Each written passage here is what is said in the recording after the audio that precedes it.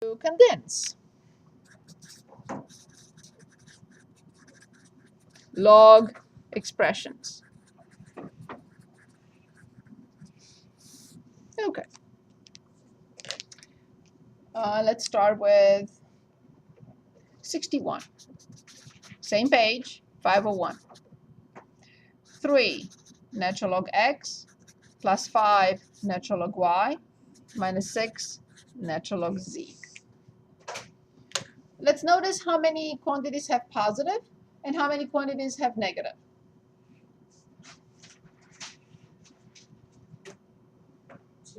Two have positive, so they will come from the top. And one has negative, and it will come from the bottom. Good. But there is something in the way before we condense this expression.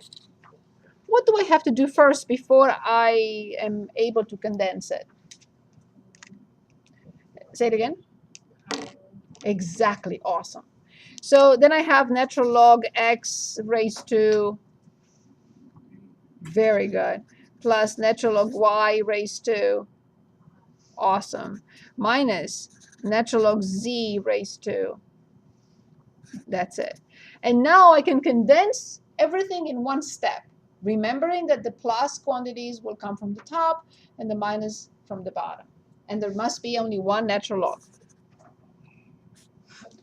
Now you tell me what goes to the top and what goes to the bottom. Awesome. And the denominator? No, careful. There is no more ln. There is only one. Remember, natural log of a ratio is natural log of the top minus natural log of the bottom. Good. I think we need at least two more, maybe with two more examples here. Let's take a look. Let's say 58. So 2 natural log x minus 1/2 natural log y.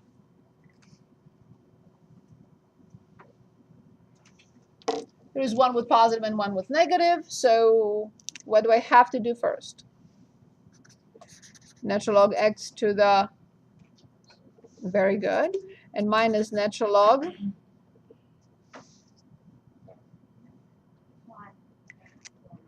Good. What does that mean? Awesome. Y to 1/2. What does that mean? Awesome. And now I can right away finish it up. So this is natural log of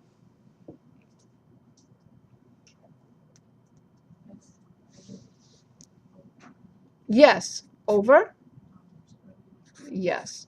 So please be careful and not confuse. I'm not saying you would, but I just want to clarify. This is natural log 7 over natural log 3. This is not that. This is natural log applied to a ratio. It's not a ratio of logs.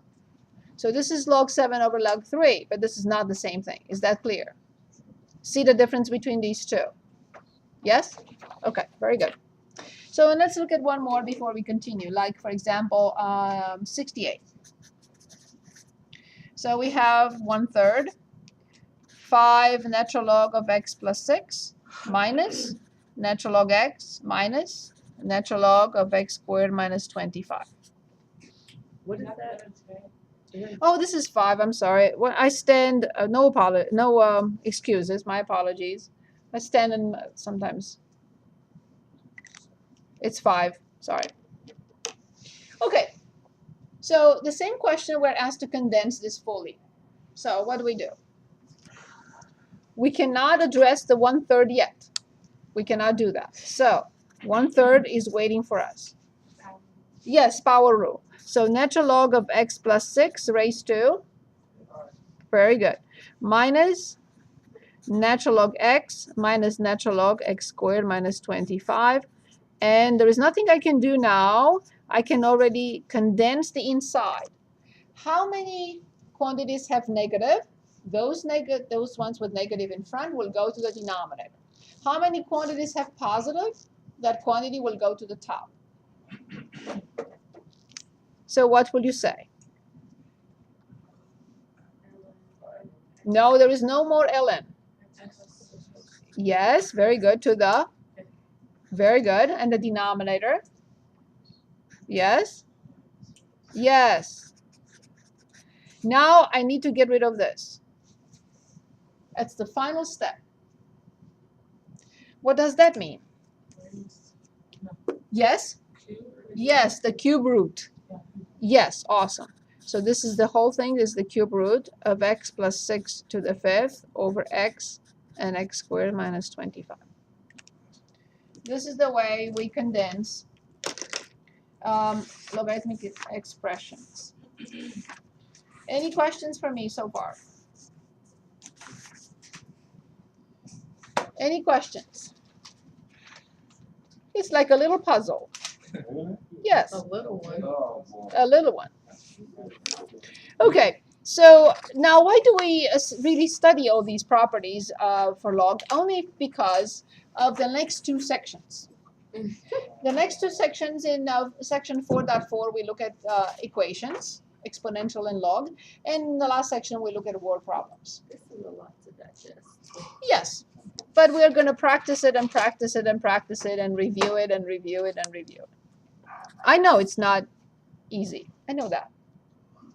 That's why we're going to review it a lot. Okay, so let's look at exponential equations.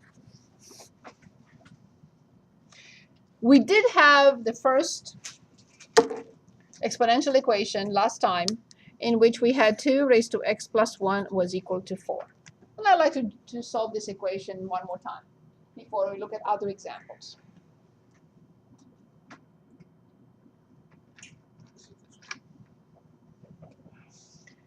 So as long as both sides can be presented with the same base, the equation cannot be difficult. This will not always happen, however. I'm going to show you examples in which it's not going to happen. But in this particular example, 2 to x plus 1 is the same with 2 squared, because I can replace 4 by 2 squared. So now the question is, I know that these are two numbers that are equal, and they have the same base. I'm not simplifying anything. I'm only thinking. Two numbers are equal, and they have the same base. Therefore, what has to happen here is the exponents have to be the same. There is no other way. So this is what we did last time. We set x plus 1 equal to 2, and we got x equals 1. This is among the simplest possible exponential equations. Now here's another one that is not as simple as this one, like number 19 on page 514. 8 raised to x plus 3 equals 16 raised to x minus 1. Well, obviously I have to try to see if I can present both sides with the same base. If I can, down the road it's not going to be a difficult situation. But if I can, it's going to be slightly more difficult. So is there a way of rewriting 8 with a base that is a prime number? 2 to the, that's it. Everything in parentheses raised to x plus 3. Now my hope is that I can present the other side with the same base. Because if the other side has base 5, I can proceed the way I would love to. There is another method though. So I'm hoping that 16 can be presented with the same base. Can I present 16 with the same base? It's 2 to the 4th. So everything raised to x minus 1. So as long as both sides can be presented with the same base, this cannot be too sophisticated. Okay, but now I have to think. On the left-hand side, I copy the base, and I have to think of what happens with the exponents. Copy the base, and what happens with the exponents. Very good. Copy the base, multiply the exponents. Awesome. Copy the base, multiply the exponents. Very good. Well done. So what do I get?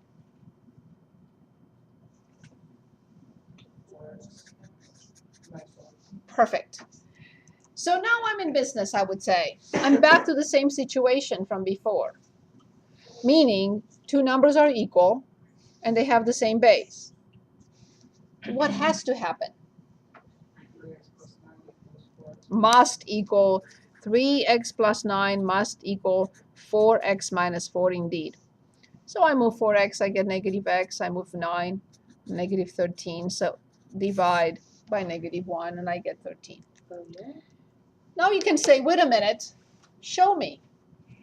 Show me that this is the correct answer. These are linear equations, right? As there is nothing there. We've done that 3 semesters ago. So how do I check this? Because I would like to put the whole thing in a calculator in one step, I'm going to do this. 8, 16 plus 13 plus 3 is 16 minus, move this to the other side, 16, 13 minus 1 equals 12. What should the answer be? If 13 is the correct answer, what should the answer be? Absolutely 0, right? So I moved one term to the other side so I can just put in the calculator at once. So in other words, 8 raised to 16. Oh, yeah. I just saw that. Sorry. Thank you. 8 raised to 16 minus 16 raised to the 12th power. So one more time, is if 13 is the correct answer, what should the answer be when I hit enter? 0. Correct. If it's not 0, I have to go back and redo the problem. Something is wrong. So this is another typical exponential equation. Now, before we move to the more difficult ones, I'd like to choose one more with your permission, or is that okay? Okay, very good. So let's take a look at 22. Same page. In 22, they say e raised to x plus 4 equals 1 over e to 2x. So keep in mind that this is what type of equation? Exponential. You could say that it has some sort of rational, but it's basically exponential. I agree. And as long as the left-hand side and the right-hand side can be presented with the same base, then we are in business. It cannot be a sophisticated type of problem. So the left-hand side is e to x plus 4. There is nothing I can do to that. But I hope that I can present the right-hand side as e, same base as the left, to some power. What will you say? Very good. Awesome. Awesome. Very good. So now I'm in business. It's a simple, typical exponential. Two numbers are equal and they have the same base. What must happen here? Very good. Awesome. So then 4 equals negative 3x, or x equals negative 4/3. You can always go back and check. If you want me to check, I can do that. Any questions? So these are typical, simple, well, maybe not super simple, but not very difficult situations, right? All we have to do is just make sure that we present both sides with the same base and perform the operations correctly. Okay, but let's look at the following situation, like problem 38. 5 raised to x minus 3 equals 137.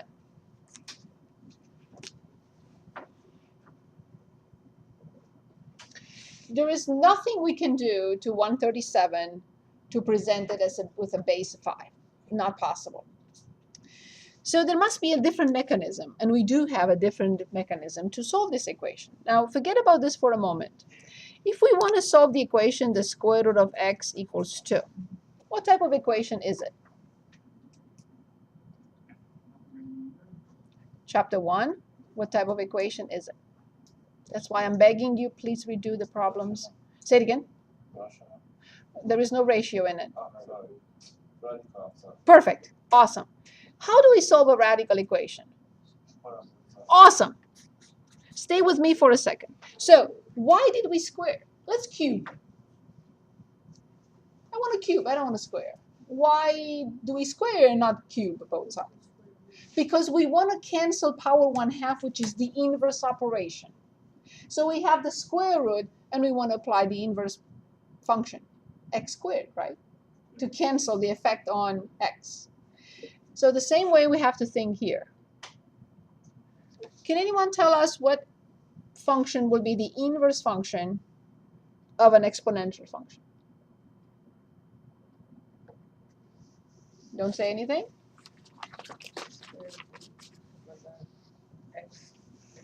So if we have an exponential function 1/2 to the x, what is its inverse? Correct. Log base 1/2 of x. However, we will not apply log base 1/2. We will apply one of the two logs we have in the calculator. Either log, common log, or ln, natural log. It doesn't matter which one you want to apply as long as you are consistent. So see here, I cannot apply square this side and cube that side. That's not allowed. So as long as I apply the same log to both sides, I'm fine. Which log would you like to apply? Do you want ln, natural log, or common log? Okay, perfect. So we apply common log to both sides. I'm going to write the problem one more time. So log of 5 raised to x minus 3 equals log of 137. If two numbers are equal, their logs must equal. Okay. So here's one reason, the main reason why we applied log to both sides. Because it's the only function that will allow us to put this quantity where? In the front. Correct. So if we omit parentheses, we are changing the problem. Be very careful. You have to have parentheses here. So log 5 equals log 137. Now, do not get scared or afraid of log 5 or log 137. These are just numbers. They have log in front, so what? They're just numbers. This is a linear equation now. We have two options. Say it again. Stephen, go ahead.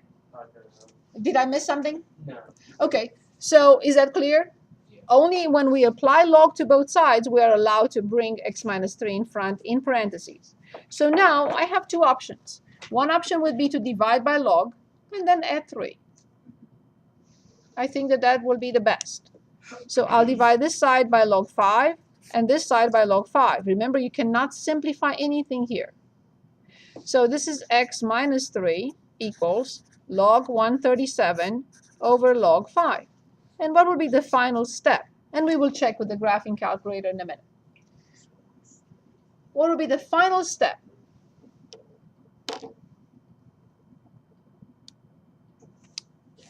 Very good. 3 plus log 137 over log 5. Let's approximate this with the graphing calculator and then go back and check. Any questions? Yes, we'll have, yes, please.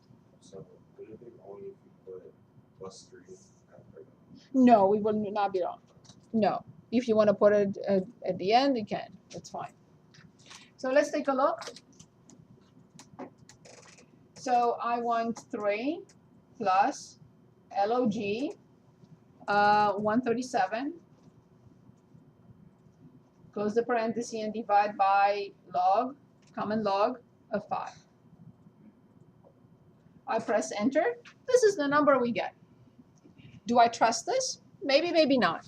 I just want to make sure that 5 raised to this number minus 3, 5 caret in parentheses, the previous answer, minus 3, close the parenthesis, minus 137.